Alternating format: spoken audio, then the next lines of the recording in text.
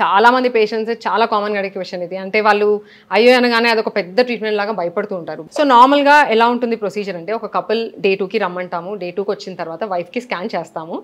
Scan చేసుకొని egg count అంతా బాగుంది అండ్ ఎటువంటి సిస్ట్లు ఏం లేవు అంతా బాగుంది అన్నప్పుడు వాళ్ళకి వైఫ్కి టాబ్లెట్స్ ఇవ్వడం జరుగుతుంది. ఒక 5 డేస్కి టాబ్లెట్స్ పెడతామండి. సో దీన్ని ఓవ్యులేషన్ ఇండక్షన్ అంటే ఎగ్ పెరగడానికి టాబ్లెట్స్ ఇస్తాం.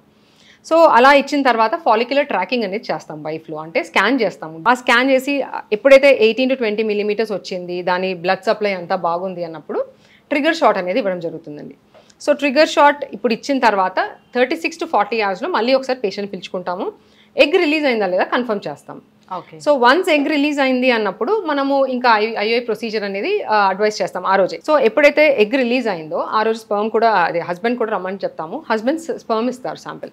ఆ స్పర్మ్స్ మాత్రమే తీసుకొని ఒక చిన్న క్యాథెటర్లో లోడ్ చేస్తాం ఈ స్పర్మ్స్ అన్ని. లోడ్ చేసి అండర్ అల్ట్రాసౌండ్ గైడెన్స్ మనము ఫీమేల్ని ఈలోపు వాటర్ తాగమని చెప్తాము.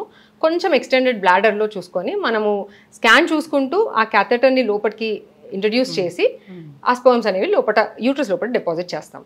డిపాజిట్ చేసిన తర్వాత ఒక 10 to 15 minutes బెడ్ రెస్ట్ అని చెప్తామండి అంతే. ఆ ప్రొసీజర్ తర్వాత 15 minutes తర్వాత పేషెంట్ వెళ్ళి రెగ్యులర్గా అన్ని పనులు చేసుకోవచ్చు. జాబ్కి వెళ్ళే వాళ్ళు జాబ్కి కూడా వెళ్ళొచ్చు.